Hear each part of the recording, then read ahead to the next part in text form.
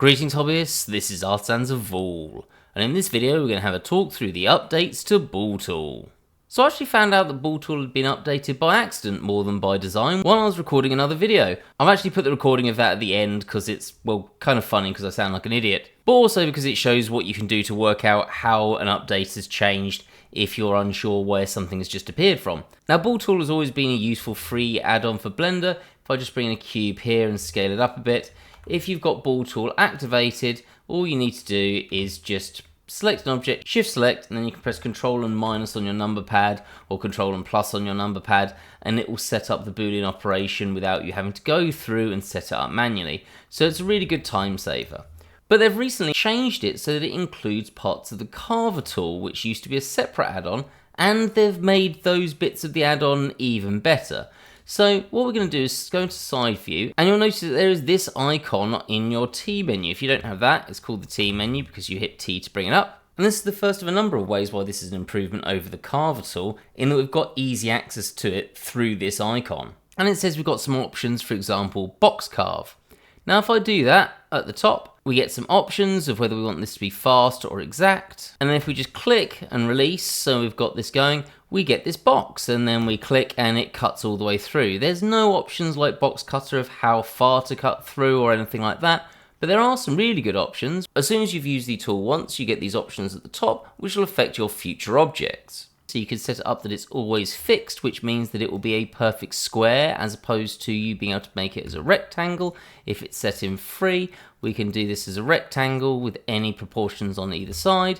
And finally, you can set so that the origin or it starts at its corner. So for example, if I click there, it's starting at the top corner, or if I go into centered, I can click there and it starts in the center of where I clicked. And you can combine that with all of the other options as well. Now I think I'm generally going to have this as free and edge, and you can also choose to have a bevel as well. Finally, there are some array options. We'll come back to that in a second because I probably wouldn't do that through here. And then there are some cutter options as well. Now what's really cool is if I click and start this, we get a lot of options with this. For a start, if I hold down Control, we are now snapping, and if I scroll up, we can snap to different sizes so that I can be sure of my relative size. Now what's slightly annoying about this is it doesn't tell you anywhere what you're actually snapping to in terms of a size. So it's a bit difficult to guess exactly what you're doing unless you're zoomed in, but that is an option. I'm going to release Control to stop doing that. If I hold down the spacebar, I can move my object if I realise it's in the wrong place and then just carry on going again. If I hold down Alt, it will change the origin to the center, which is why I generally wouldn't change that option at the top, because I can always do that as I go through just by holding Alt. Though obviously if you really prefer it at the center, Alt will change it to the other way. You can press R and then rotate it around if you want to, though it is quite difficult to get it back if you then don't want that, so I probably wouldn't use the rotate option here. What I'd do is come to shape, and then for example if I wanted it at 45 degrees, then we can just be drawing that straight away as a diamond shape. And then again we can hold shift to keep it perfectly squared. So I'd probably do my rotation here if I was to do that. And then, and this is the bit I find really cool, if you use the arrows on your keyboard, so for example if I hit right, we add an array, and I can click right again to add another array and another. And what's really fun is that if I press up, I'll add another array at the bottom.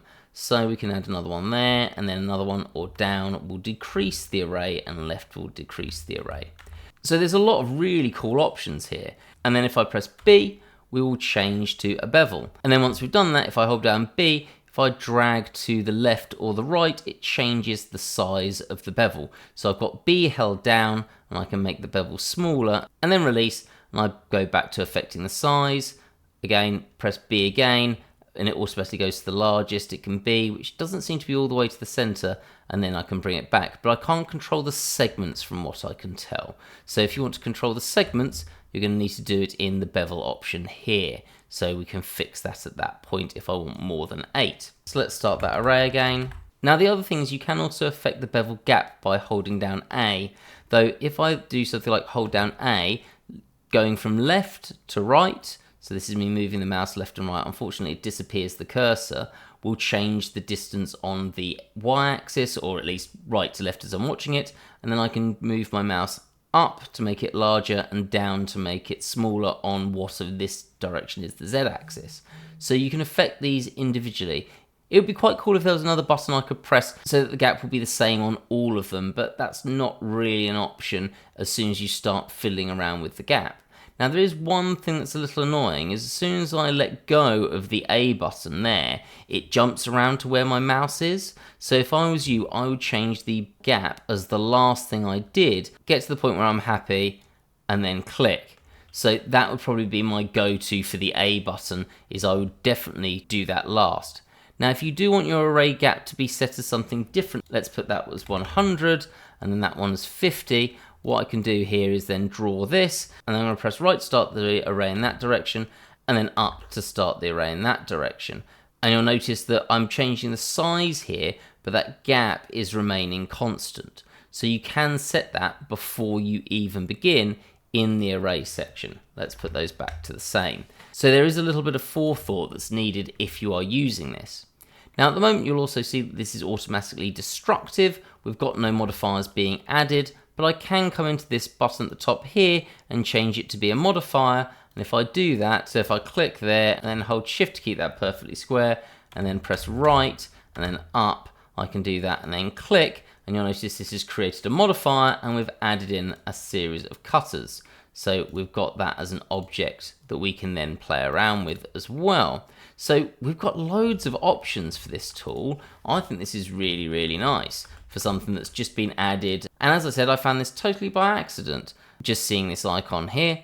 So we've also got the circle tool. Again, you've got some shape options here so you can change the vertices, and it's all going to be relatively similar from there. We also have a polyline tool, so if you wanted to do something like change the top of this, you could just quite easily change that, and then once you're done, hit enter to confirm. So a very nice tool there with a lot of versatility.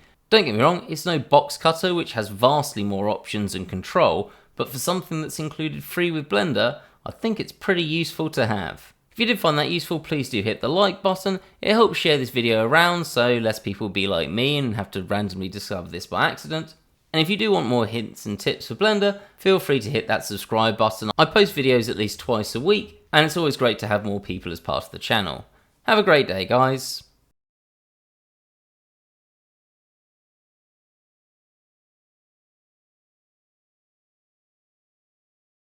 And as good as this is, it is even better that you can customize this so much. So let's start end solve. So we come over to the end solve icon here. What the hell is that? What? What the actual hell? Oh my god. Have they changed Carver? That is...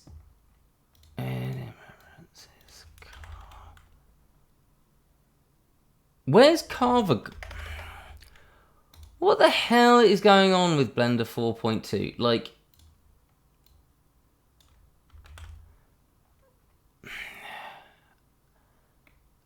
It literally says circle carve. So if you ever don't know where something's coming from, if you go to File and then Defaults and Load Factory Settings, just make sure you don't save your preferences, and then you come into this. You've got basically default Blender, and then you can go to Edit Preferences and you can start looking through your add-ons and just checking which one is which. I mean, it's not going to be 3D Print Toolbox, Auto Mirror, Bolt Factory, Why is it... When did they add that to Bool Tools?